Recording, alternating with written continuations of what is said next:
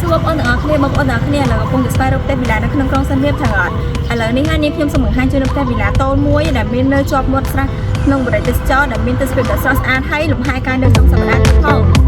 មុននឹងនេះខ្ញុំបង្ហាញតែអាហារណាឥឡូវសូមបងប្អូនណាកលេសមកជុំសិនណា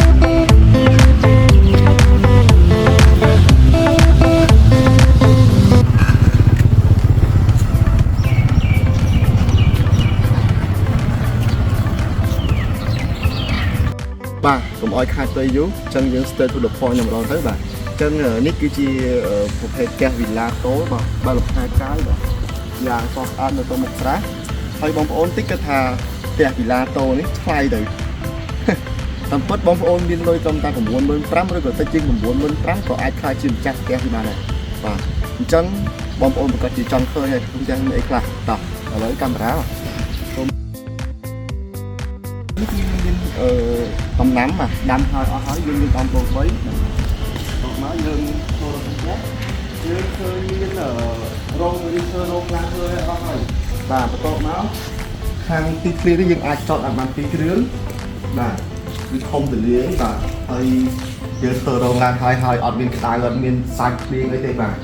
ហើយដំណាំយើងគឺមានគ្រប់ទាំងអស់ហើយនេះជាខ្ចប់បាទសម្រាប់ជួបជុំគ្រួសារបាទយើងជួបជុំបងប្អូនពីសាខាងារអីគឺលើកនេះអស់បាទហើយយើងទៅមកមើលទីធ្លានេះបាទគឺធំទូលាយសម្រាប់បងប្អូនដាក់អីអង្គុយដាក់កាហ្វេឬក៏ល្ងាចឡើងអាំងសាច់អាំងអីខ្ញុំទៅបងប្អូននេះបាទគឺមកអែមតាមមកស្រួលតែម្ដងហើយយើងមានដាំដងទីនេះគឺទៅពេលដាំដងធំណាគឺយើងអាចចងកន្លែងដេកបានទៀតបាទអញ្ចឹងគឺពិសេសមែនទែនដោយសារតែកម្មមុនខ្ញុំនៅអញ្ចឹងខ្ញុំរៀបចំចេញមកគឺនៅមកស្រួលតែម្ដងបាទចឹងឥឡូវមកខាងពេលយូរឥឡូវយើងចូលមកនៅក្នុងផ្ទះនេះមកណាថាមានអីខ្លះមានអីពិសេសខ្លះបាទអញ្ចឹងនេះគឺជា living room បាទបន្ទប់ទទួលភ្ញៀវដ៏ធំទូលាយមែនទែនបាទហើយគឺយើងបំពាក់សម្ភារៈមិនសិនជាហេអស់ហើយបាទគាត់ថាឥឡូវខ្ញុំឈប់នៅខ្ញុំមើលផ្ទះក៏ empty តិចបាទអត់មានអីទេបាទអញ្ចឹងបាទចូលមកបាទហើយផ្ទះនេះគឺយើងមាន5បន្ទប់បងប្អូន5បន្ទប់ទឹក3បាទបងប្អូនអាចមើលបាទនេះគឺជាកន្លែង dining room បាទដែលយើងដាក់តុសម្រាប់ញ៉ាំស្រូបយកអាហារបាទពេលព្រឹកពេលថ្ងៃពេលល្ងាចទៅបាទអូនេះគឺជាបន្ទប់មួយទៀតបាទយើងឃើញចេះយើងអត់ដឹងថាជាអីទេបាទដល់ពេលបើកមកបាទនេះបន្ទប់បាទអញ្ចឹងបងប្អូនអាចយកបន្ទប់នេះធ្វើជា office ឬក៏កន្លែងកូនបាទធ្វើ homework ឬក៏ដាក់សាឡុងអង្គុយដាក់ម៉ាស៊ីនបញ្ជាអីបាទអែមបាទឬក៏គ្រួសារដែលថាគាត់មានចាស់គាត់ចូលចិត្ត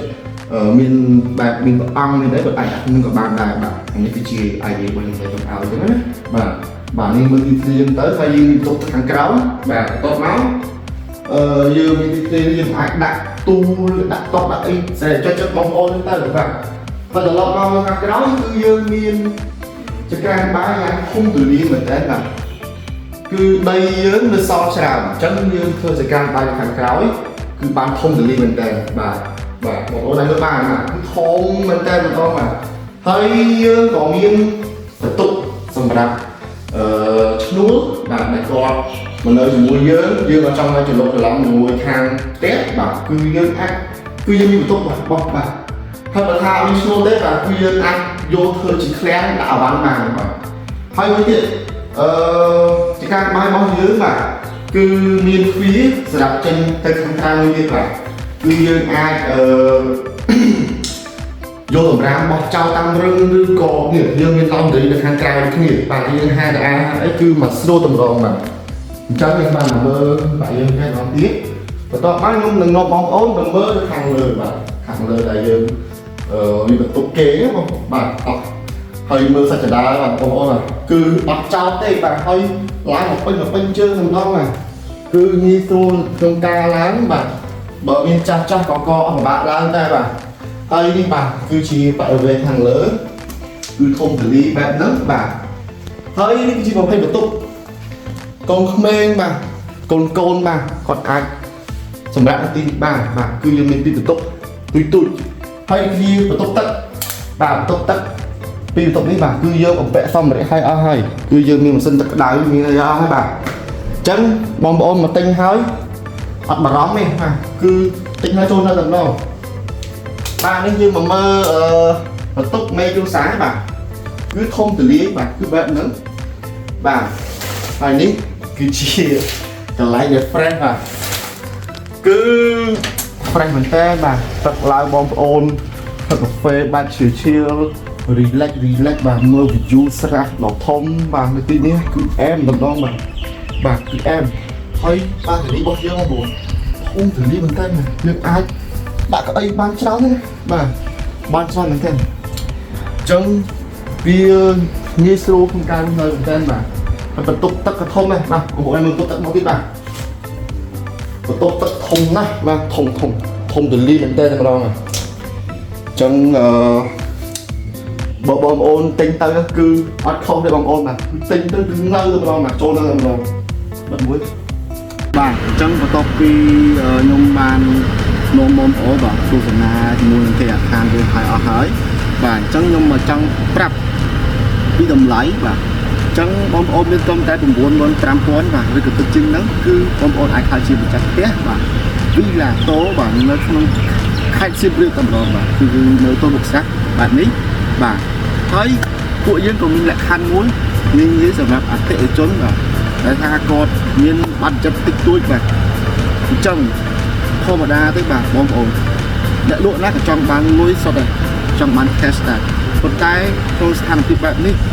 ក្នុងសេដ្ឋកិច្ចបែបនេះគឺពួកខ្ញុំយល់អញ្ចឹងខ្ញុំបង្កើតលក្ខខណ្ឌងាយសម្រាប់អតិថិជនបាទដោយអតិថិជនគាត់មាន cash ឬក៏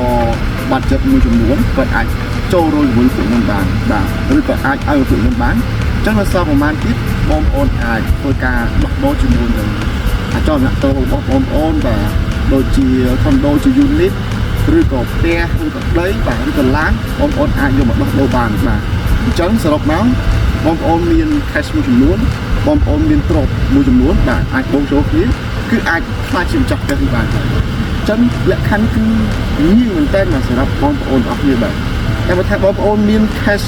គ្រប់គ្រាន់សម្រាប់ទិញហើយគឺអត់បញ្ហាទេបាទទិញព្រាមកាន់សល់ចូលនៅព្រាមបាទ